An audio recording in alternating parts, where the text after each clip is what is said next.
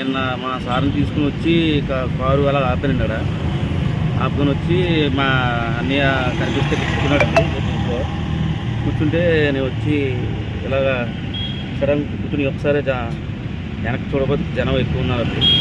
పక్కన అవన్నీ bank 2-3 banks కూడా ఉన్నాయి, పైన జిమ్ అది ఉన్నదండి.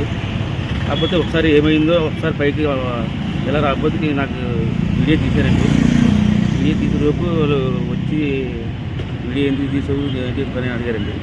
ఏదో తెలియదు, సడన్గా ఇలా వచ్చారు కదండి, అంతరించి వీడియో తీశానండి. నేను అంతే చేయలేదండి అంటే నాది సెలవు కూడా తీసుకొని వీడియో తీయవలసిన పని వచ్చింది మీకు అంటే సరే తెలియక నేను తీస్తానండి వీడియో. సరే డిలీట్ చేస్తే అప్పటికి కూడా నా సెల్ అది లాక్కున్నారండి.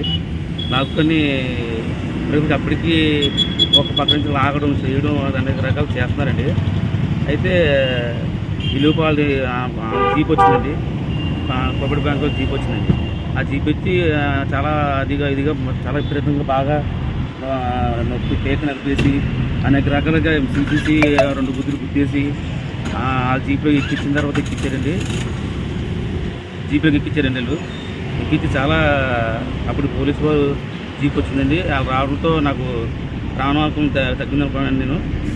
ఆ తర్వాత అలా ఆ జీప్లో తీసుకెళ్ళారండి. పోలీసులు రావడం వల్ల నాకు కొద్దిగా ఇదిగా పర్లేదు, ప్రాణానికి నా పిల్లలు వాళ్ళు సేఫ్ అనుకున్నానండి. కాకపోతే వీళ్ళు రౌడీలో తెలియదు, వీళ్ళు చదువుకోలేదో తెలియదండి.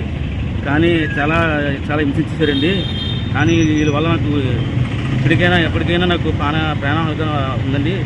పోలీసు వారు కోరుకుంటానండి. ఒకటే నాకు ప్రాణానికి వీళ్ళ వల్ల ఇబ్బందిగా అనిపిస్తుందండి.